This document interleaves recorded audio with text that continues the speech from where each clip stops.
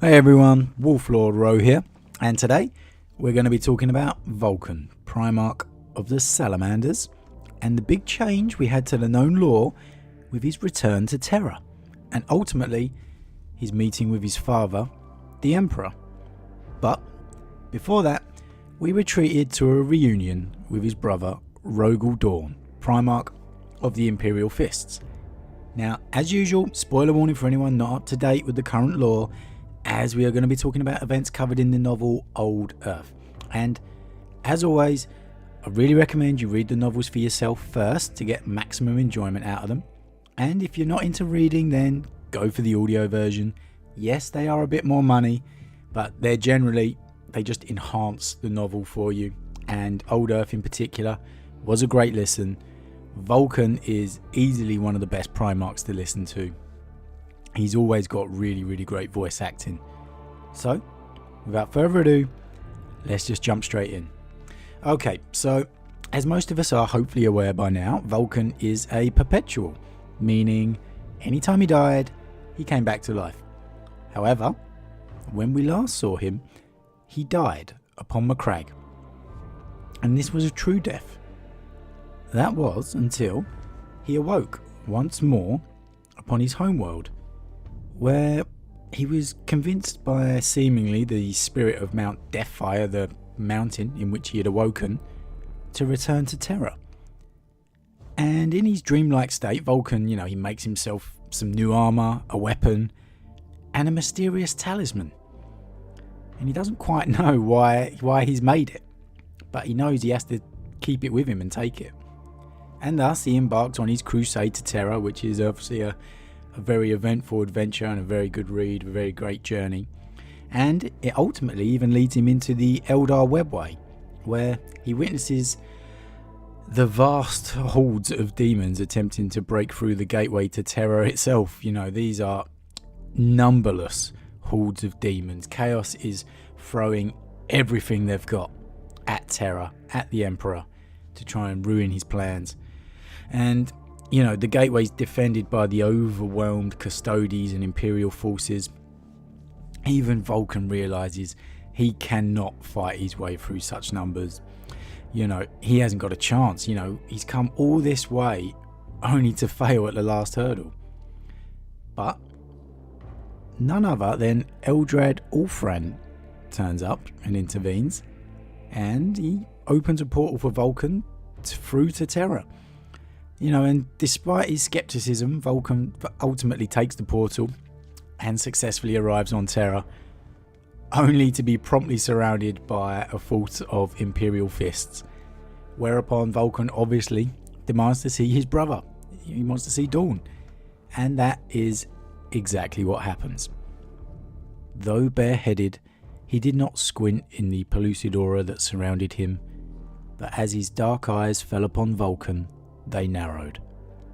A hard face framed those chips of glint. White hair so fair and fine it looked like fire crowned his head. "You come at a most inauspicious time," said Dorn, his voice harsh and thunderous where Vulkan's was deep and resonant. Vulkan crossed 100 paces, separating him from his brother. Though he could not see them, he felt the many pairs of eyes upon him, watching from somewhere in the shadows that lined the square. Upon reaching Dorn, he smiled warmly. "It is good to see you, Rogal." Dorn nodded, ever reserved. He sheathed his sword, and at this signal from their Primarch, Vulkan heard the sound of 20 Imperial Fists disengaging and powering down their weapons. "You look older, brother," said Vulkan. "And you are no different from the day we met," Dorn answered coolly. "I heard you had died." His annoyance at being called away from his numerous duties and responsibilities faded, though Vulkan could see the burden still weighed heavily. "I have longed to see my brothers again, the ones not trying to kill me." Dorn's jaw stiffened at the remark, suggesting some unspoken pain or regret. Vulkan did not press him. Some truths were best left unsaid. "I would embrace you," Vulkan confessed. "But that was never your way, was it, Rogal?" Dorn laughed gruffly. Abstination is a wise decision. Vulkan embraced him firmly anyway, and felt his affection for his brother returned, albeit awkwardly. As they parted, the smile did not quite reach Dorn's eyes, though the expression was not unkind. I am glad you live. Of late, I have found precious little to celebrate. Now, I love this little interaction between Dorn and Vulkan. You know, Vulkan is by far the most human of the Primarchs. You know, he's smiling warmly at rejoining one of his brothers, making a quip about Dorn not liking displays of affection before wrapping him in a big hug anyway. You know, that's a great moment. We even get to see a side of Dorn we very, very rarely get to see, you know, with him returning the affection, you know, just a bit awkwardly. It's another one of those truly human moments between the Primarchs. We get the glimpses of them once in a while, and for me it goes to show that there is hope for them to be more than just the weapons they were created to be. You know, there was life for them after the Great Crusade. And it also shows me how important Vulkan is to the Primarchs. You know, Vulkan is so overlooked. He's never mentioned in the greatest fighter conversations or the greatest strategist or leader debates, but he is the most human. And I really think that just his humanness, his affections for his brothers can help tie them together. You know, don't get me wrong, he's still like the ultimate machine of war, as, you know, he's a Primarch. He's a Primarch on that battlefield. He's one of the biggest, you know, if not the biggest. Obviously you have Magnus, but Magnus kind of projects his image. You know, Vulkan is probably naturally the biggest of the Primarchs, and he's easily the strongest out of a lot of them. But it's his human nature that is his strongest asset, particularly in regards to him and his brothers. Because that's the area that they all struggle in the most. You know, Vulkan's almost the key between all of the Primarchs. You know, but Vulkan may be one of the most needed Primarchs in the current timeline. You know, Guilliman is struggling on his own. You know, he's got that loneliness and the burden building up in him, and although obviously I'm sure he'd be elated for any of his brothers to return, you know, Vulkan could probably be the most important one, particularly as more of them return in this current timeline. You know, they don't all get on easily, and it's particularly when they return to find the Imperium in the state it is. It could be very, very important for Vulkan to return. But anyway, let's get back to topic and continue their conversation. I can see that, brother, said Vulkan, gesturing to their surroundings. The palace is much changed. We all are, said Dorn. Everything has changed. It had to. Above, Vulkan heard the engine drone of an approaching ship. Is that for us? For you. But I will accompany you some of the way. I must see father. I must reach the throne, said Vulkan, his eyes drifting from the gunship back to Dorn. I know, said Dorn. We knew of your coming. The Emperor told us. He also said you were to be escorted to the Imperial dungeon. And yet I am greeted by bolter and blade by one of your Huskarls. Dorn allowed a wry smile to reach his face. Archimus has much to learn. I am also being cautious. I was sorry to hear of his forebears passing. The levity drained from the other Primarch. He gave his life for mine. Kestros wears his mantle well and proudly. He did his duty. I am only glad he did not kill me where I stood, said Vulkan. Dorn's eyebrow raised a fraction. I suspect that would be difficult, even for 100 of my sons. After a moment's pause, Vulkan's expression darkened. I saw an army laying siege to the throne room. Our father's great work has failed, and the terrors of old night have been made manifest. We must resist them, Vulkan. Dorn turned to face the gunship, raising his voice so he would be heard as it came into land. We must endure. So, the Emperor knew of Vulkan's coming. A little prelude there into their future conversation, but obviously important enough to communicate it in advance. You know, as it's well documented that the Emperor hasn't been all that talkative since he went down into the dungeons. He's really only communicated when absolutely necessary. You know, he's been generally trusting Malcador and Dorn to act upon most things in his stead. The war in the Webway is obviously crucial when, and then we got a little glimpse at Dorn's respect for Vulkan as a warrior. I suspect that would be difficult, even for 100 of my sons. Rogal's not known for his compliments, so for him to say that, shows something of the respect he has for Vulkan. But then aboard the gunship they continue. "I know what you are thinking," said Dorn. "It was beautiful once."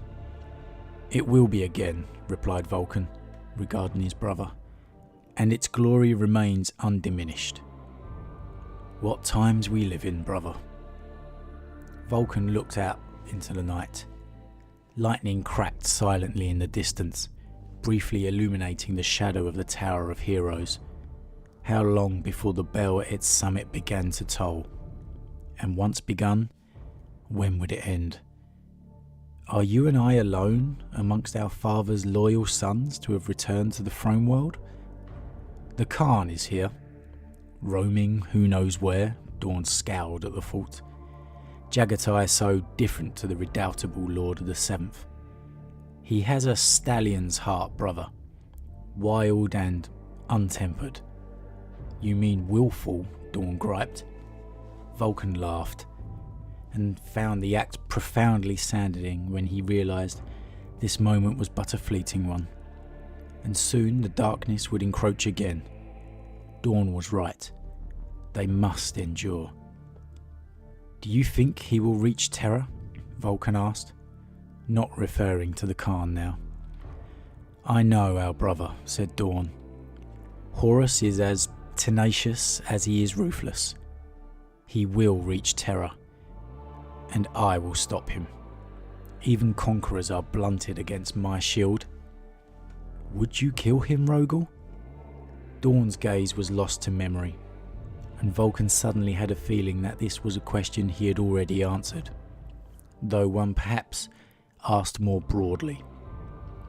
"Could you kill one of your brothers?" His eyes met Vulkan's, hard and icy. Could you? Could you kill one of them if they were beneath your sword?" "I had the chance," said Vulkan, "but could not bring myself to do it." Dorn turned away disgusted, though it was hard to tell if the emotion was directed at his brother or himself. "I would kill him. I would kill all of them for what they have done, and gladly bear the guilt of it." An uncomfortable silence fell upon them after that, only broken several hours later when they came in sight of a landing pad that would lead Vulkan to the inner palace confines. A cohort of golden-armoured custodians stood at the edge of the landing pad, following the gunship down with the hot glow of their red retinal lenses. Guardian spears glittered in their gauntleted fists. "Are they to be my escort now, brother?" asked Vulkan, looking over his shoulder to his brother and shouting over the roar of the engines. Dorn nodded. "I have to return to the Bastion, and my legion and I are not needed in the Imperial dungeon." Vulkan grasped Dorn's shoulder. "I am glad you came, Rogal. I am glad we got to see each other again." Dorn looked stern, some vestige of his last words still lingering, but a little of his reserve diminished at this last act of compassion, and he clasped Vulkan's outstretched hand. "I hope it is not the last time," he said. And they parted as the gunship's side hatch ratcheted open, and Vulkan leapt out into the rising storm. Upon the landing pad, Vulkan gave a curt salute as the gunship rose again, ferrying Dorn away. After it was lost to the night and the clawing spires of the palace, he turned to his escorts. One of them stepped forwards, the red horsehair plume of his helm fluttering wildly in the breeze. "Lord Vulkan," he intoned, The Sigillite awaits your presence in the Sanctum Imperialis. Vulkan nodded. I expected nothing less. Lead on. Oh my god, what a scene that whole interaction is. A storm-racked night on Terra, two Primarchs just talking on a gunship as it travels across the storm-strewn skyline. If there's any artists out there, please draw a scene of that. What a scene that would be if we ever got a Horus Heresy movie series. Just two Primarchs just talking to each other on a gunship amidst a stormy sky with lightning cracking off, the rain hammering down. That whole reunion between the brothers was just awesome. And all they did was talk. We get so many amazing action scenes, and fights with the Primarchs. But for me, the most powerful and impactful ones we always get are just dialogue. When we get them just talking to each other. And this one in particular was such great writing. Their despair at what Dorn's had to do to Terra to defend it, but their hope of what it will be again. Vulkan laughing at Dorn's opinion of the Khan before, the situation with his brothers falling over him again like a dark shroud. Him not being able to kill one of his brothers, but Dorn's already done it. Speaking the line of, gladly bearing the guilt. I think that's a rare glimpse of Dorn's true feelings of, he's having some guilt. He's killed one of his brothers. Do I think he regrets it? No, not at all. Like he said, he would kill all of the traitors, and I have no doubt of that. But I do think he feels guilt for having to do it. And I think that shows in their conversation. And finally the parting of the brothers. I'm glad you came, Rogal. I'm glad we got to see each other again, and Dorn looking stern. He's still got that resentment of their last conversation, but it diminishes at that quote from Vulkan, and he reaches out and clasps his hand. I hope it is not the last time. The feels. You couldn't pick two more different Primarchs in nature. But there they are, they're bonded by family, two brothers, getting a small piece of happiness amidst the encroaching darkness, literally surrounded by the storm, hoping it's not the last time they get to see each other. Such a great moment, really is. This whole chapter, made me love Vulkan and Dorn so much more. I can't praise it enough. And next we're on to Vulkan's meeting with the Emperor. But, what did you guys think? Did you enjoy this reunion as much as me? What do you think of Vulkan? Are you beginning to think he may be more important as a Primarch to his brothers than we realised? Do you think he's been overlooked like me? And Dorn? Did you enjoy this glimpse behind the curtain of Dorn? He's such a literal shield wall, like his Legion. But was this a little glimpse behind that curtain? And oh man, how much does a current 40k need a returning Rogal Dorn? And a Vulkan for that matter. Anyway, that's it for today. Please subscribe if you're enjoying my content, and if you enjoyed this video, please leave a like. I truly appreciate all the support you've been giving me, guys. You guys really are the best. But with that said, I'll see you guys again real soon.